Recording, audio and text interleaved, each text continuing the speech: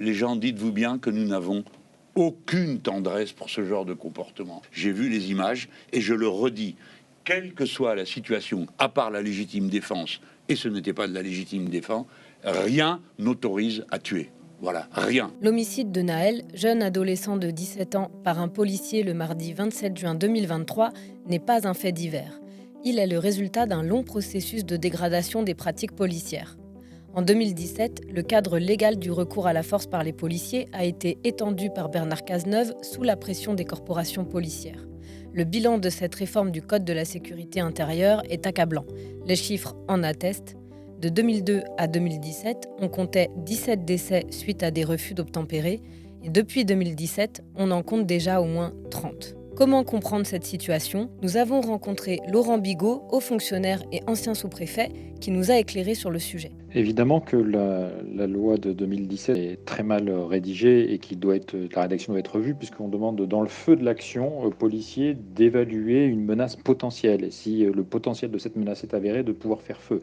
Donc inutile de vous dire que c'est absolument impossible à réaliser en temps réel dans le feu de l'action. Donc il y a déjà ce premier point, ça c'est sûr, mais je pense qu'il y a tout un problème à revoir au niveau de la police, c'est qu'il faut repenser le recrutement. On le sait très bien, notamment en Île-de-France, le recrutement des policiers est à la baisse, c'est-à-dire qu'on baisse systématiquement le niveau parce que le métier n'est pas attractif. On a baissé le niveau de la formation initiale, il y a très très peu de formation continue, l'encadrement pose problème, il y a tout un malaise dans la police nationale également, la question du suicide n'est toujours pas prise en considération, je veux dire, c'est une institution qui est en souffrance au-delà des comportements absolument condamnables d'un certain nombre de fonctionnaires de police.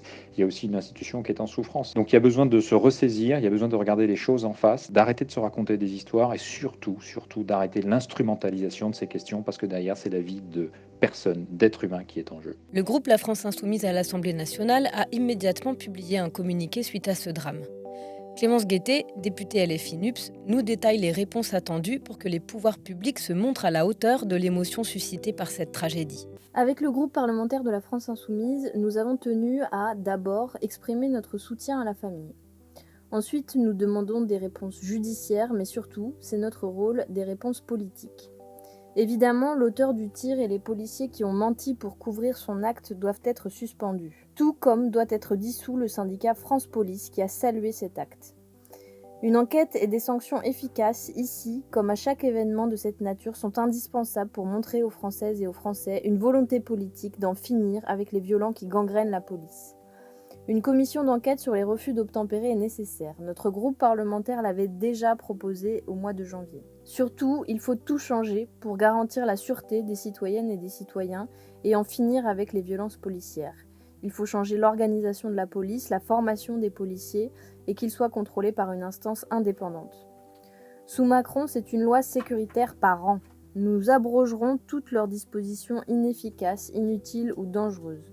Notamment l'article de loi de 2017 qui donne un sentiment d'impunité aux policiers violents. Nous devons bâtir une police au service du peuple. Nous sommes allés voir Hugo Bernalici, député LFI NUPS et spécialiste des questions de police et de justice, dans son bureau à l'Assemblée. Il nous a expliqué comment refonder le service public de la police. Pour refonder la police de la cave au grenier, ça commence par la formation. Nous mettrons la formation initiale à 2 ans, comme c'est le cas dans la plupart des pays européens et chez nos voisins. Et puis ensuite, c'est quelle police on veut en réalité.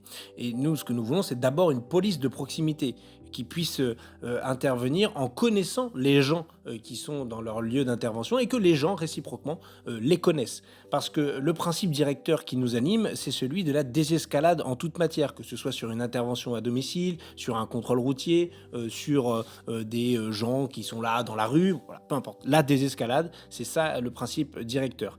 Et puis enfin, c'est plus possible, les contrôles au faciès et les contrôles d'identité à tout va. Donc nous ferons en sorte qu'il y ait des zones sans contrôle d'identité ou à tout le moins avec un récépissé pour le contrôle d'identité. Et enfin, pour contrôler de l'action de la police, nous avons besoin d'un contrôle externe efficace. Aujourd'hui, c'est le rôle du défenseur des droits et avec la défenseur des droits Claire Hédon qui en réalité manque cruellement de moyens pour remplir sa mission. Et si on fait déjà tout ça, en plus de réformer la police judiciaire pour lui donner les moyens de fonctionner, on peut avoir un service public de qualité et une police républicaine.